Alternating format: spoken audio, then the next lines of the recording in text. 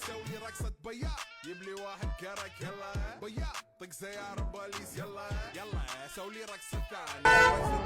Hello guys, फैमी collection पे आप लोग का फिर से स्वागत है। अनारकली 799 यानी 800 रुपये वाला बहुत सारा रीस्टॉक हुआ है ट्राई मी कलेक्शन पे। मैं आपको डिजाइन दिखा देता हूँ। ये पूरा सूट होने वाला है, इसमें अनारकली पैंट और दुपट्टा, पूरा 3 पीस सूट होने वाला है। ऐसा नहीं कि सिर्फ दुपट्टा और टॉप होने वाला है। ये कलर्स वगैरह बहुत सारे डिजाइन आएंगे उसके अंदर। साइज़ की बात करें तो इसके अंदर साइज़ होने वाला है मेरे पास M2 डबल एक्सएल का भी साइज़ बहुत बड़ा आने वाला है। इसका प्राइस तो मैंने आपको बता ही दिया हूँ। अमन, आप ये वाले भी डिज़ाइन दिखा दो। मेरे पास बहुत सारे डिज़ाइंस आए हैं, सारे मैं वीडियो में नहीं कवर कर सकता हूँ। ये आप डिज़ाइन देखते जाओ, पूरा पैंट दुपट्टा और सूट, पूरा सूट होने वाला है।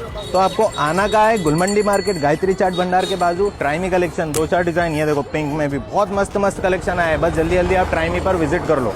Good bye.